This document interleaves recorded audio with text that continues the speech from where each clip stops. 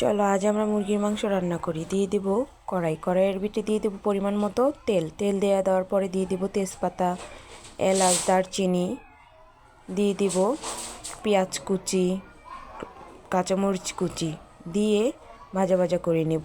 ভাজা ভাজা হয়ে গেলে দিয়ে দেবো পানি দিয়ে দেওয়ার পরে দিয়ে দেব রসুন বাটা, আদা বাটা, জিরা বাটা দিয়ে কষানোর পরে দিয়ে দেবো হলুদের গুঁড়া, মরিচের গুঁড়া আর স্বাদ মতো লবণ দিয়ে দেওয়ার পরে দিয়ে দেব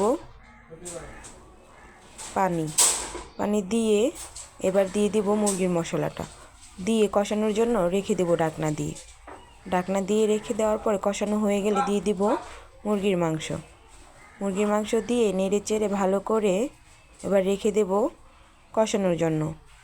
ঢাকনাটা ঢাকনা দিয়ে দেওয়ার পরে কষানো হয়ে গেলে দিয়ে দেব পানি তরকারির জন্য। এবার ভালো করে নেড়ে চেড়ে আবার অপেক্ষা করব তরকারিটা হওয়ার জন্য। কিন্তু মাঝখানে দেখতে হবে যে তরকারিটা নিচ দিয়ে লেগে গেল নাকি। দেখুন তরকারিটা কিন্তু লাগেনি। তারপরেও ভালো করে আবার নাড়বেন, নেড়ে চেড়ে আবার ঢাকনা দিয়ে দিবেন তরকারিটা হওয়ার জন্য। কিছুক্ষণ পরে আবার আসবেন, এসে দেখবেন তরকারিটা হয়ে গেছে।